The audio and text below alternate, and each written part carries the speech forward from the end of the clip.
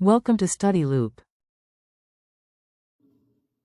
In part A of this problem, we want to determine the change in enthalpy of the overall combustion reaction of ethane, and in part B, we want to find the same for benzene. We need to determine the delta H of reaction using two different methods. The first way is to write out the thermochemical equations corresponding to the enthalpy of formation reactions for the appropriate chemical species in the overall combustion reaction from their elements. We then need to combine these thermochemical equations using Hess's law to calculate the overall change in enthalpy of the entire reaction. The second way that we are going to determine delta H of reaction is by using the equation that incorporates the enthalpies of formation. So starting with part A, we know that we are combusting ethane, which means we are reacting it with oxygen to produce carbon dioxide and water.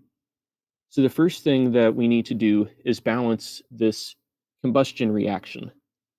If we start with 1 mole of ethane, we see that we need 2 moles of carbon dioxide to balance out the carbons.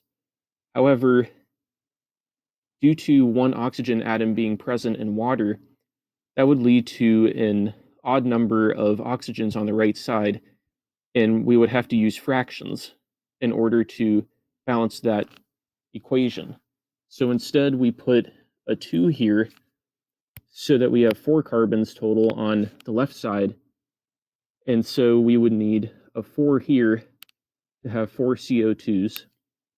And now we see that we have a total of 12 hydrogens on the reactant side, and so we would need a 6 here to balance out the hydrogens. Now we can see on the product side that we have a total of 8 oxygen atoms from CO2 plus 6 oxygen atoms from H2O. And so that's a total of 14 O's on the right side, which needs to be balanced with 14 O's on the left side. So that is the balanced combustion reaction for the combustion of ethane.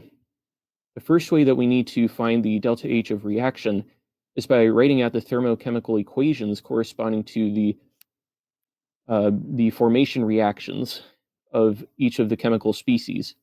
So starting with ethane, we see that it forms from the elements of carbon and hydrogen.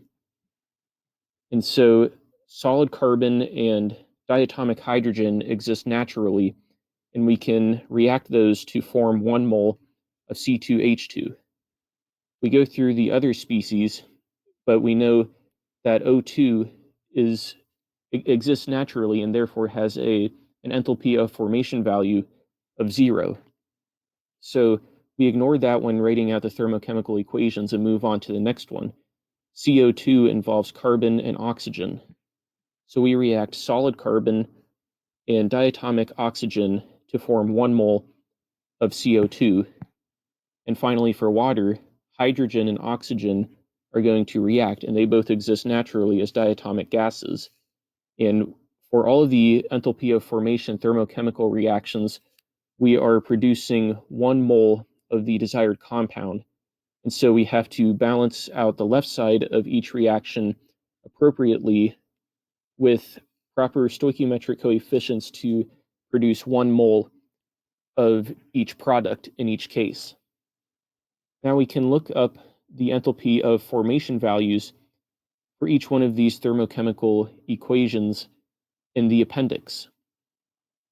So now that we have everything that we need to use Hess's law to rearrange the thermochemical equations to resemble the desired combustion reaction, we see that we need 2 moles of C2H6 as a reactant. And here we have 1 mole of C2H6 as a product. So to make it a reactant, we have to flip it or multiply it by a negative value. It needs a coefficient of 2. So we multiply reaction A by -2.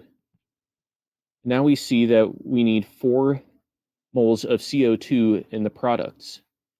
Here we form 1 mole of CO2 as a product, so we need to multiply the second thermochemical equation by 4. Finally, we need 6 moles of water as a product.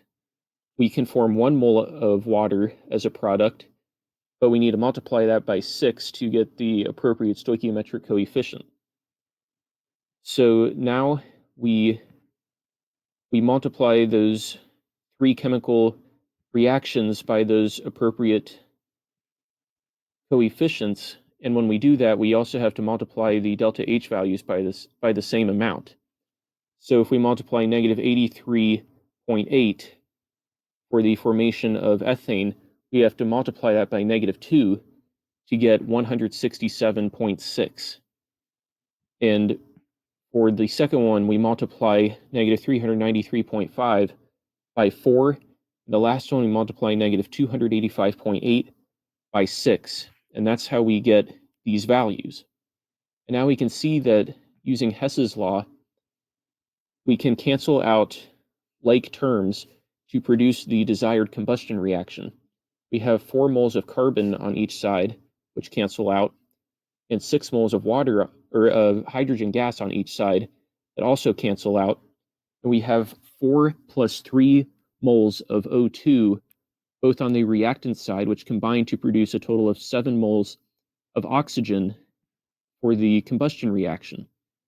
And now we see that this matches the overall combustion reaction that we balanced to begin.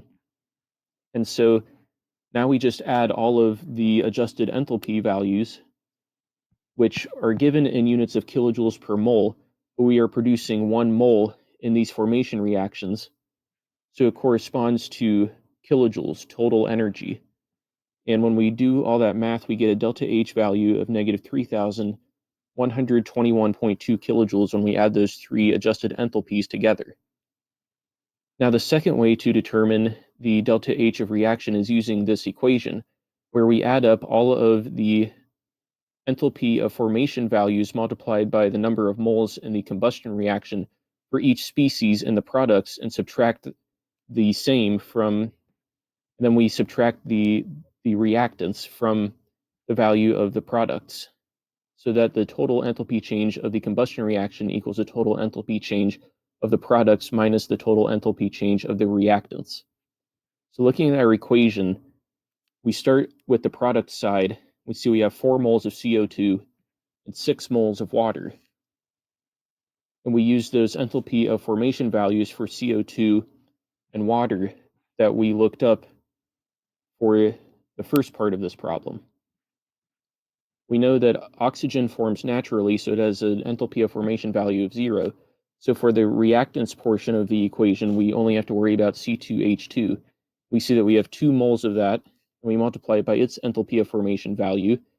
And now we subtract the total enthalpy change of the products minus the total enthalpy change of the reactants. And we see that we get a delta H of reaction of negative 3,121.2 kilojoules,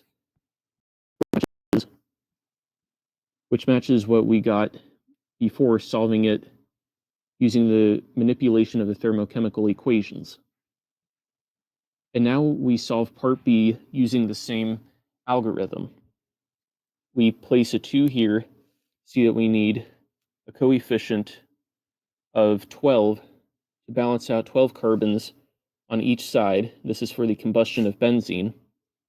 And now we have 12 hydrogen atoms, which we need 6 moles of water to balance those out.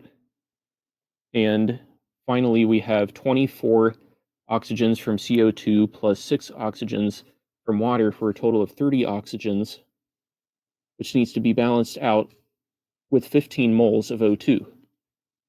And now we write out the thermochemical equations for the formation of these chemical species. Starting with C6H6, we need carbon and hydrogen to form 1 mole of C6H6. And we balance it appropriately so that we produce 1 mole. We go through with the other species, and we also list out their thermochemical equations as we did in part A. And we can look up their enthalpy of formation values as we did in part A. And now we can rearrange them to resemble our desired combustion reaction. We see that we want 2 moles of benzene as a reactant, and we can form 1 mole of benzene as a product. So we need to flip it to make it a reactant and multiply it by 2 to match the stoichiometric coefficient. We don't worry about oxygen because it forms naturally. And we see we want 12 moles of CO2 as a product. We can form 1 mole of CO2 as a product, so we need to multiply reaction B by 12. And we want 6 moles of water as a product. We can form 1 mole of water as a product, so we need to multiply the third reaction by 6. And now when we do that and combine the equations via Hess's law, we cancel out 12 carbons on each side of the equation and 6 hydrogens on each side of the equation. And we add the 12 and 3 oxygens to get 15 oxygens and the combustion of benzene, which matches our target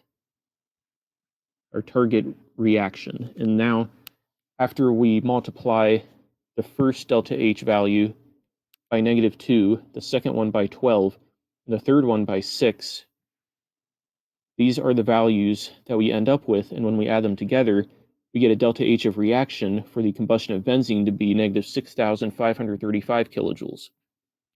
And now we verify that solution using the enthalpy of reaction equation involving enthalpies of formation. Starting with the products, we see that we have 12 moles of CO2 and 6 moles of water in the products. We multiply each of those by their respective enthalpy of formation values to get the total enthalpy change of the products. And then, for the reactants, we have 2 moles of C2H6, and we don't worry about O2. So we multiply those 2 moles and the reactants by its value for the enthalpy of formation to get the total enthalpy change of the reactants. And then we subtract the enthalpy change of the reactants from the enthalpy change of the products to get a total delta H of reaction of -6,535 kilojoules, which matches what we calculated using the manipulation of the thermochemical equations.